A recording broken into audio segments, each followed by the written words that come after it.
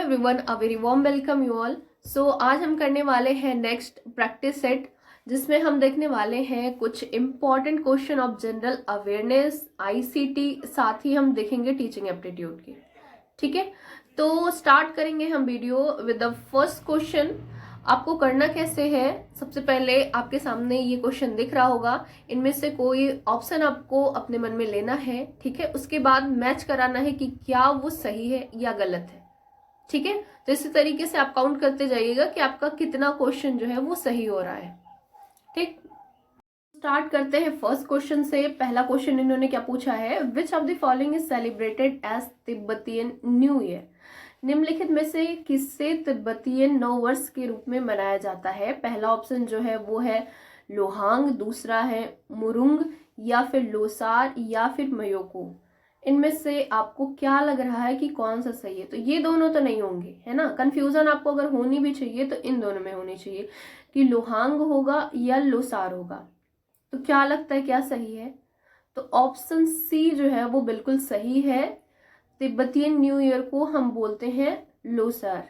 ठीक है, सो देखते हैं कि जो आपका लोसर महोत्सव है ये तिब्बत में मनाया जाता है, और ये स्टार्ट कब होता है, ये 29 दिसंबर को स्टार्ट होता है और ये 2 हफ्ते तक चलता है।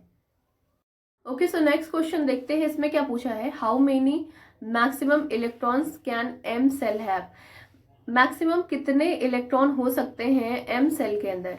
ठीक है, अब फर्स्ट जो ऑप्शन है वो है 18, सेकेंड है 2, 8 या 1। बताइए इनमें से कौन सा आपको लगता है सही है। सो जो मैक्सिमम इलेक्ट्रॉन एम सेल के अंदर है वो ऑप्शन सही है 18।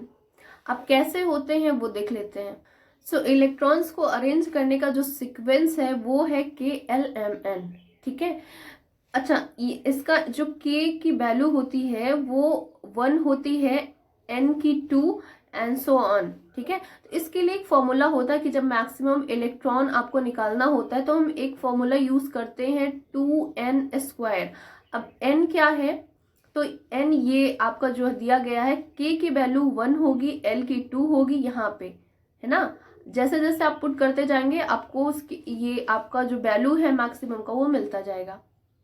ठीक, तो अगर हम 2 के साथ m को लेते हैं, यानी n जो है वो क्या है, 3 है। ठीक है, तो यहाँ पे हम देखेंगे, यहाँ पे 2 इंटू 3 का स्क्वायर करेंगे तो 18 आएगा। तो ऐसे आप किसी का भी निकाल सकते हैं, आप k का भी निकाल सकते हैं। k का कितना आएगा, 1 आएगा। 2 इंटू 1 का स्क्वायर करेंगे तो 2 ही आएगा। तो k की वैल्यू क्या होगी, यानी मैक्सिमम इलेक्ट्रॉन्स कितने फिल कर सकते हैं, 2 कर सकते हैं। ऐसे L का भी कर सकते हैं ना, यहाँ पे क्या कर देंगे, 2 कर देंगे। तो अगर मल्टीप्लाई करेंगे तो कितना आएगा, 8 आएगा, है ना। तो L की वैल्यू 8 हो जाएगी। तो ऐसे सो थर्ड क्वेश्चन देखते हैं क्या पूछा है इसमें, in which state is Maihar court where Baba Alauddin Khan was a musician. Maihar दरबार किस राज्य में है जहां बाबा अलाउद्दीन खान जो है वो संगीतकार थे। ये उत्तर प्रदेश में है, मध्य प्रदेश में है, त्रिपुरा में है, या फिर छत्तीसगढ़ में है। कहाँ पे आपको लग रहा है कि कहाँ पे है।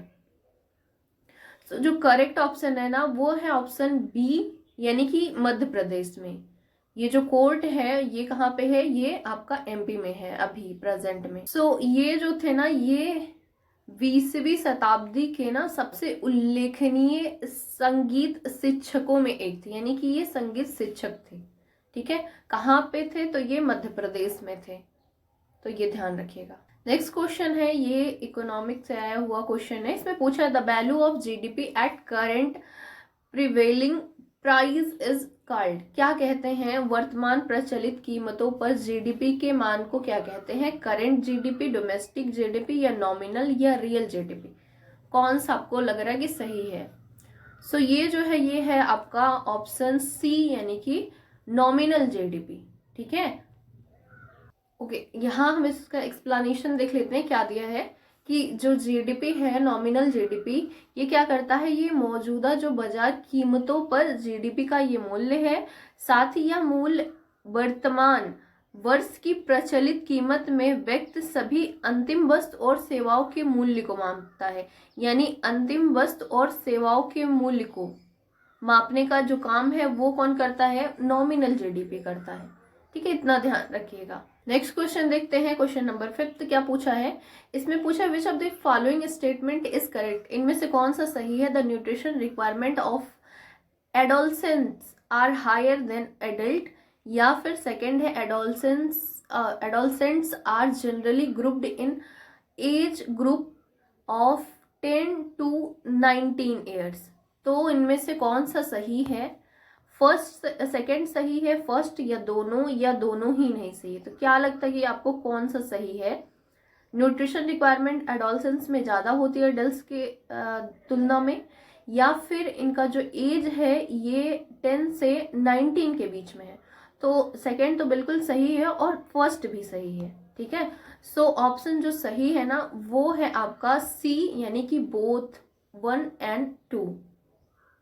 नेक्स्ट क्वेश्चन आपसे पूछा है what is the outermost layer found in the cell envelope of bacterial cell card.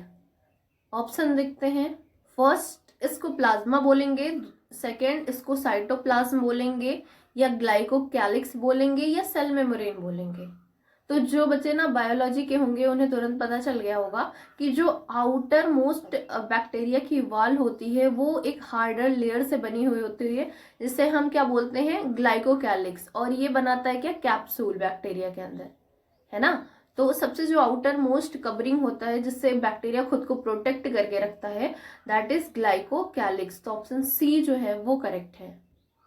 Next question पूछा है कि in table tennis how many lets are allow in a row on a serve. Hindi पढ़ते हैं। Table tennis में एक सर्व पर लगातार कितने लेट्स की अनुमति होती है। 3 की, 1 की, 2 की, या अनलिमिटेड की। अब देखिए ये आपने बहुत अच्छे से डिटेल में पढ़ा होगा तभी आप बता पाएंगे, है ना। इस तरीके के क्वेश्चंस को नहीं आ रहा तो इस तरीके के क्वेश्चन को मुझे लगता है अवॉइड करना चाहिए अगर एकदम नहीं आ रहा आपको, क्योंकि निगेटिव बहुत ज़्यादा है ना। तो इसका जो करेक्ट ऑप्शन है वो आपका है ऑप्शन जो है वो डी सही है कि अनलिमिटेड होता है। क्वेश्चन देखते हैं, क्वेश्चन नंबर 8 क्या पूछा है। इसमें पूछा है which among the following is known as pioneer dance educationalist and prominent Mohiniyattam exponent. निम्नलिखित में से कौन एक अग्रणी नृत्य शिक्षाविद और एक प्रमुख मोहिनीअट्टम प्रतिपादक के रूप में जाने जाते हैं या जाती हैं। फर्स्ट जो है वो है आपका माधवी मृदुगल, या फिर सगुन भूटानी, या फिर मोहिनी कलियापुरकर, या फिर डॉक्टर कनल रेले, है ना। तो आपको कौन सा लगता है कि इनमें से कौन है। सो देखते हैं कौन सा सही है। इसमें ऑप्शन डी जो है वो करेक्ट है। जो डॉक्टर कनल रेले हैं ये क्या है, एक अग्रणी नृत्य है, शिक्षाविद भी हैं और प्रमुख मोहिनीअट्टम प्रतिपादक के रूप में भी ये जाने जाते हैं। साथ ही वे नालंदा नृत्य अनुसंधान केंद्र की संस्थापक हैं और मुंबई में नालंदा नृत्य महाविद्यालय की भी प्राचार्य हैं। खैर इनका अभी निधन हो गया है। कब हुआ है, 22 फरवरी 2023 में। कहाँ पे, तो मुंबई में। नेक्स्ट क्वेश्चन देखते हैं। क्वेश्चन पूछा है during which of the following period ostrich जो है वो इंडिया में पाए गए थे। निम्नलिखित में से किस युग के दौरान भारत में शुतुरमुर्ग पाए गए थे। वैसे नॉर्मली ये अफ्रीका में पाए जाते हैं, है ना। तो ये कौन से एज में पाए गए थे। पहला जो है वो आपका चाल्कोलिथिक है, दूसरा नियोलिथिक है, मीजोलिथिक है, या पैलियोलिथिक है। इनमें से कौन सा आपको सही लग रहा है कि ऑस्ट्रिच कब पाए गए थे इंडिया में। सो जो ऑप्शन डी है ये सही है, यानी पैलियोलिथिक जो एज है इस टाइम पे सबसे ज्यादा ऑस्ट्रिच पाए गए थे इंडिया में और इनके कुछ अंडे मिले थे। सो देखते हैं इसका एक्सप्लेनेशन। तो ये मूलतः कहाँ के निवासी हैं, अफ्रीका के निवासी हैं।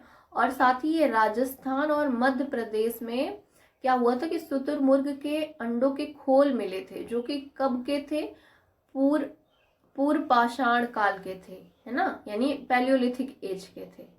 तो वहां से ये डिस्कवरी हुई।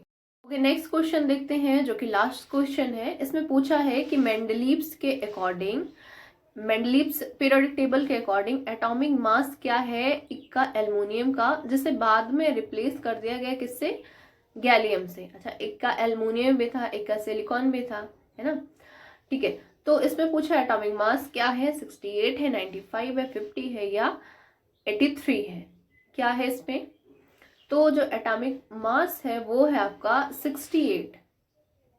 ओके, कुछ और इम्पॉर्टेंट देख लेते हैं इसमें क्या क्या है। जैसे इक्का एल्युमिनियम आपका गैलियम हो गया, इक्का बोरान जो है वो आपका स्कैंडियम है, इक्का सिलिकॉन जो है वो आपका जर्मेनियम है।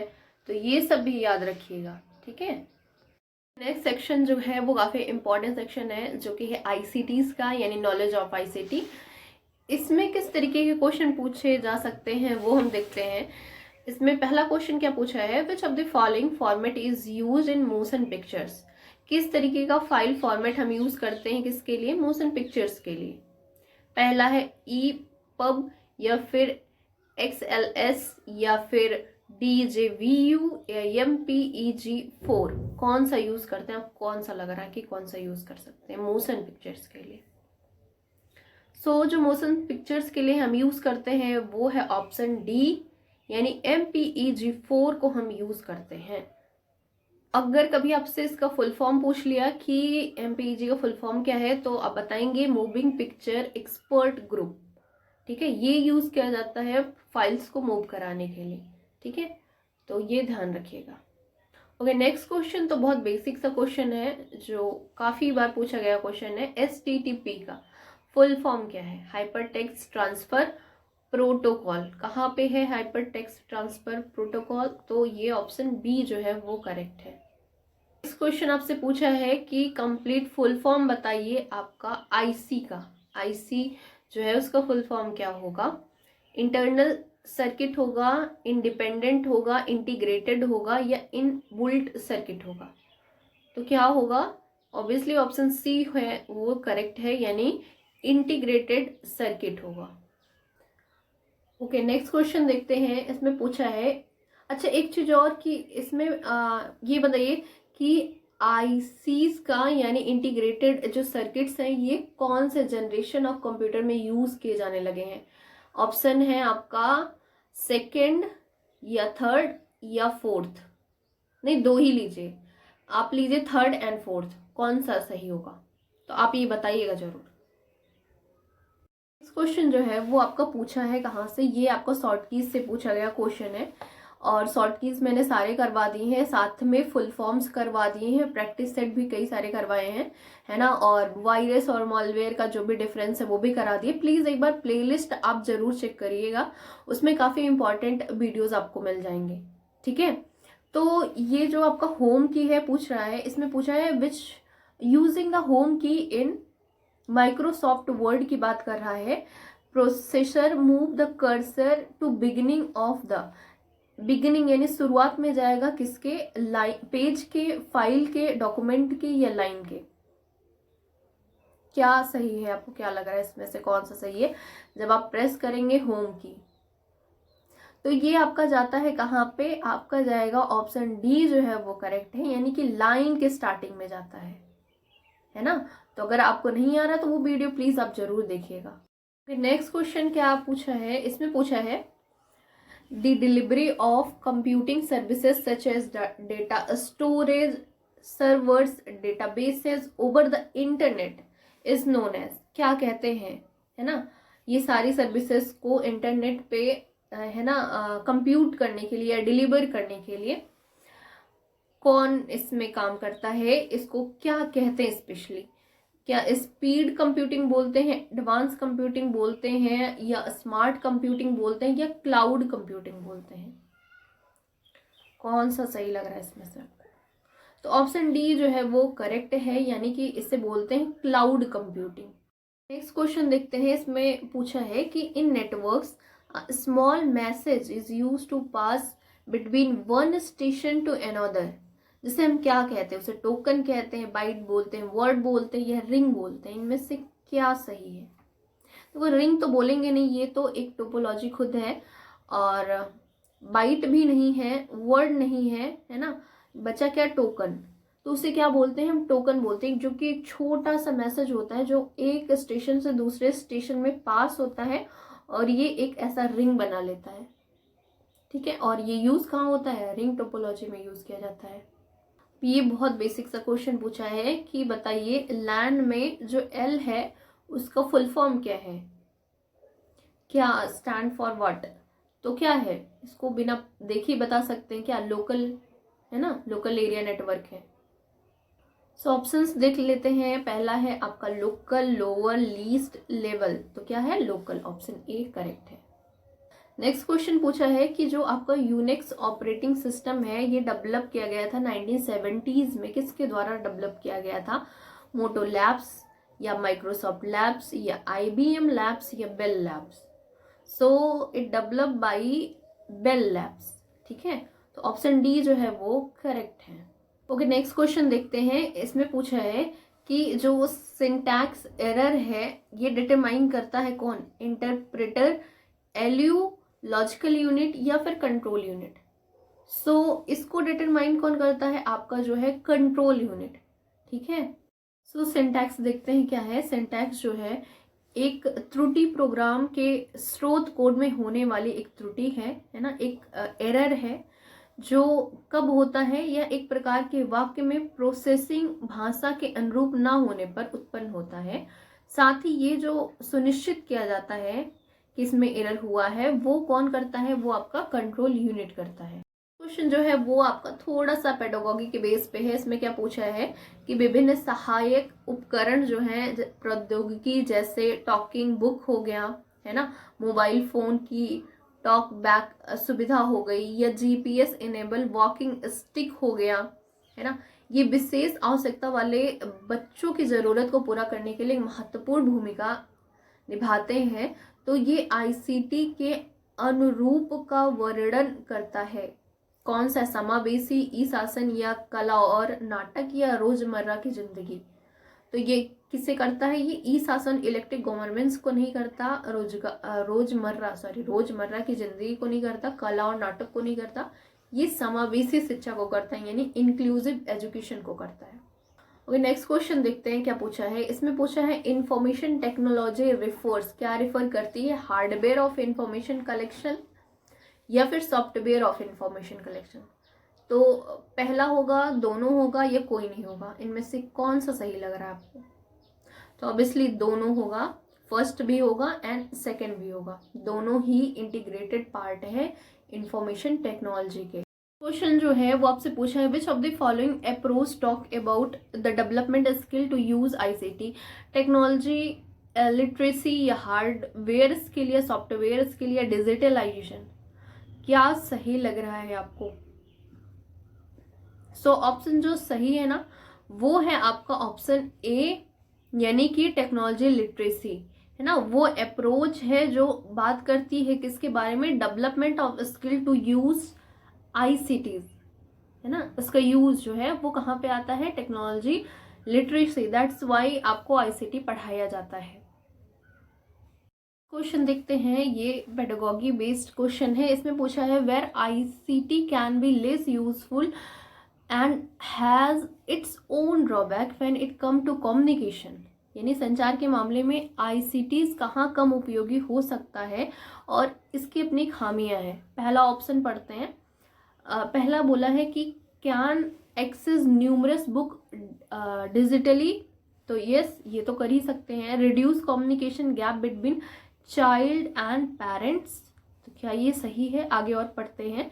Useful to differently abled children and individuals, या फिर इनहेंस मल्टी सेंसरी टीचिंग, तो सारे सही हैं, लेकिन ये जो है ये सारी चीज़ें करवा सकता है, ये भी, बट ये रिड्यूस नहीं करवा सकता कम्युनिकेशन गैप है ना। अगर कोई बच्चा अपने मम्मी पापा से गुस्सा है तो उसके बीच में ये जो गैप है वो नहीं करा सकता।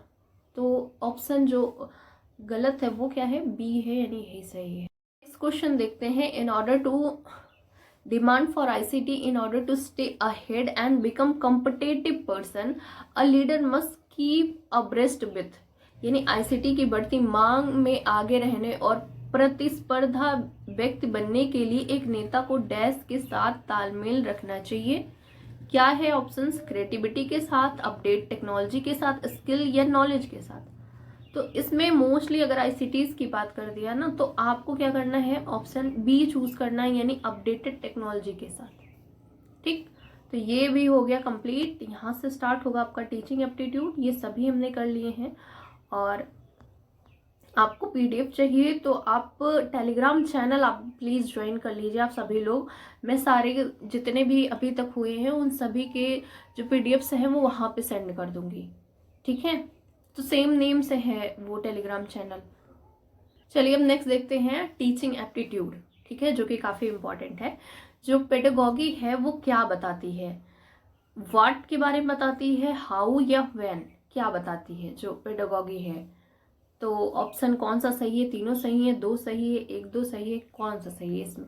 तो इसमें जो सही है ना वो ऑप्शन आपका सेकंड सही है, कैसे काम करती है और कब काम करती है।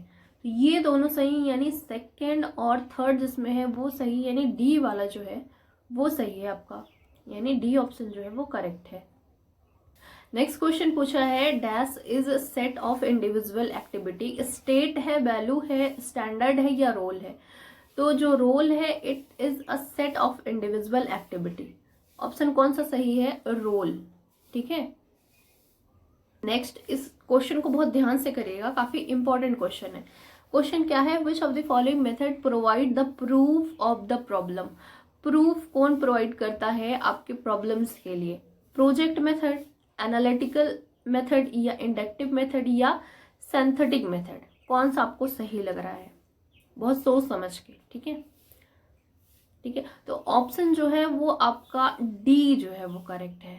अब आप बोलेंगे कैसे, क्यों नहीं प्रोजेक्ट मेथड है ना, क्यों नहीं एनालिटिकल है। तो इसमें क्या बोला है कि आपको प्रूफ करना है, मतलब कोई अगर चीज है तो उसको कैसे आप प्रूव करेंगे।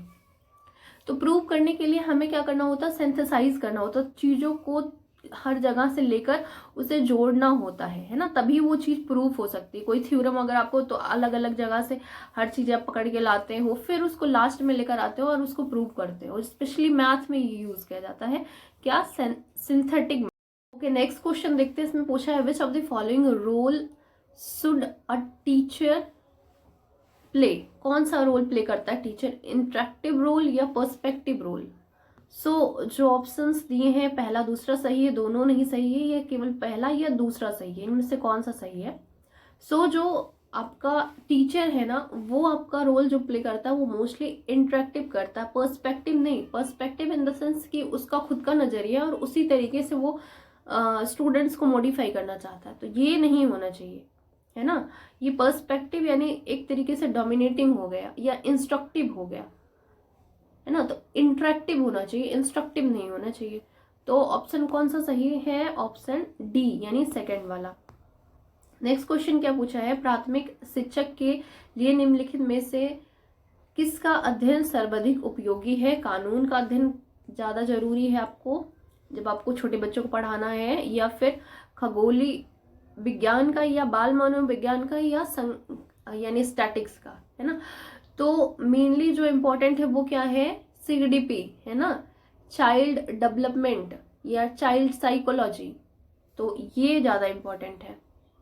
और इस क्वेश्चन में क्या पूछा है, इसमें पूछा है कि मैंने क्रियाकलाप की योजना कितनी अच्छी बनाई, ठीक है, और या फिर मैंने योजना का अनुसरण कितना अच्छा किया, मेरी शक्तियां क्या थी, मुझे सचमुच कठिन क्या लगा। अब ये कौन, ऊपर दिए गए चारों प्रकार के प्रश्न के उत्तरों में कौन होगा। शिक्षक द्वारा समग्र आकलन है, या बच्चों का स्व आकलन है, या शिक्षक का स्व आकलन है, या बच्चों और शिक्षक दोनों का स्व आकलन है। कौन सा सही लग रहा है आपको इसमें से। तो बिल्कुल डी जो है वो सही है कि दोनों का ही स्व आकलन है। नेक्स्ट जो है, जो कि मोनोग्रेडिंग के बारे में है, कि मोनोग्रेडिंग टीचिंग सिचुएशन जो है वो इसके बारे में ट्रू क्या है। There is a high cooperation among children, बहुत ज्यादा कॉपरेशन होता है, या फिर the situation is mostly informal, ज्यादातर सिचुएशन जो है वो इनफॉर्मल होती है, या जो है टीचर जो है वो डोमिनेट करता है, सॉरी टीचर का जो डोमिनेशन है वो लीस्ट होता है, या फिर variety of experience of children is limited with their group. तो कौन सा इनमें से आपको सही लग रहा है कि मोनोग्रेड है? ठीक है, तो ऑप्शन जो है वो आपका डी वाला सही है कि variety of experience of children is limited their grade. Monograding का मीनिंग क्या है, जो अभी प्रेजेंट में हो रहा है कि एक ग्रेड के बच्चे, क्लास 5 को अलग, क्लास 6 को अलग, ये है आपका मोनोग्रेडिंग, है ना। मल्टी ग्रेडिंग क्या है? मल्टी ग्रेडिंग तब होता है जब बहुत सारे अलग अलग ग्रेड के बच्चों को क्या करते हैं, एक ही क्लास में बैठाते हैं, तो जो छोटे बच्चे होते हैं उनकी मदद बड़े बच्चे करते हैं ना, बहुत सारी चीजें वो सीखने को पाते हैं। ठीक है, तो वो होता है मल्टी ग्रेडिंग। बट ये जो है जिसमें सेम ग्रेड के बच्चे बैठते हैं वो होता है मोनोग्रेडिंग। नेक्स्ट क्वेश्चन है, in micro teaching cycle teaching take place how many minutes? Teaching कितने मिनट तक चलता है? आई होप ये सभी को पता होगा कितने मिनट चलता है, ये 6 मिनट्स चलता है। ओके, नेक्स्ट क्वेश्चन देखते हैं क्या है। इसमें पूछा है which of the subsequent isn't the fundamental feature of constructive model of classroom? इनमें से कौन सा एक फंडामेंटल फीचर नहीं है कंस्ट्रक्टिव मॉडल ऑफ क्लासरूम का? इवोल्यूएशन, कोलैबोरेशन, रिफ्लेक्शन या कंस्ट्रक्शन? कौन सा नहीं है इनमें से? तो जो आपका मूल्यांकन है ये इसका फंडामेंटल नहीं है। बाकी कोलैबोरेशन तो बिल्कुल जरूरी है, यानी सहयोग तो बिल्कुल जरूरी है, रिफ्लेक्शन भी बहुत ज्यादा जरूरी है, और कंस्ट्रक्शन तो है ही, है ना। तो जो नहीं है इतना इम्पोर्टेंट वो है आपका मूल्यांकन। नेक्स्ट देखते हैं, इसमें पूछा है which one is a basic quality of an active student? इनमें से कौन सा एक बेसिक क्वालिटी है एक्टिव स्टूडेंट का, कि जो आस्क करते हैं क्वेश्चन, बहुत सारे क्वेश्चन पूछते हैं, ठीक है। उसके बाद दूसरा है कि developing idea and question in their mind, यानी पहले से ही वो आइडिया बना लेते हैं अपने दिमाग में और फिर वो पूछते हैं, मतलब बोलने से पहले उनके दिमाग में उसका आंसर होता है। या फिर ऐसे बच्चे जो एक्टिवली पार्टिसिपेट करते हैं सारी एक्टिविटीज में, या फ्रीक्वेंटली वॉलेंटियर्स टू कंट्रीब्यूट, यानी कि वो एज अ वॉलेंटियर काम करते हैं, पार्टिसिपेट करते हैं और क्वेश्चन पूछते हैं। लेकिन ऐसे बच्चे नहीं जो कि पहले से ही अपने दिमाग में क्वेश्चन का आंसर रखें, ये कोई एक्टिव स्टूडेंट की क्वालिटी नहीं है। ठीक है। नेक्स्ट क्वेश्चन पूछा है, in which curriculum can be provide mean to bridge, ठीक है, bridge the context of different subject in logical, children centred and meaningful way? पहला ऑप्शन है आर्ट इंटीग्रेटेड, या फिर विजुअल इंटीग्रेटेड, साइंस इंटीग्रेटेड या sport integrated? कौन सा है जो ब्रिज बनाता है? तो ये जो है, ये आपका ऑप्शन जो है वो फर्स्ट आर्ट इंटीग्रेटेड जो है वो करेक्ट है।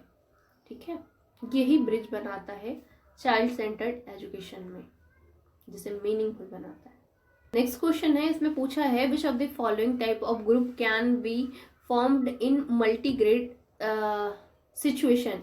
ग्रेड बेस्ड ग्रुपिंग या एबिलिटी ग्रुपिंग? दोनों में से कौन सा होगा? दोनों, पहला होगा, सिर्फ पहला दूसरा दोनों होगा, ओनली दूसरा होगा, या कोई भी नहीं होगा इनमें से? तो क्या होगा? ये ऑप्शन बी जो है वो बिल्कुल सही है ना, यानी कि ग्रेड बेस्ड भी होगा और एबिलिटी बेस्ड भी होगा।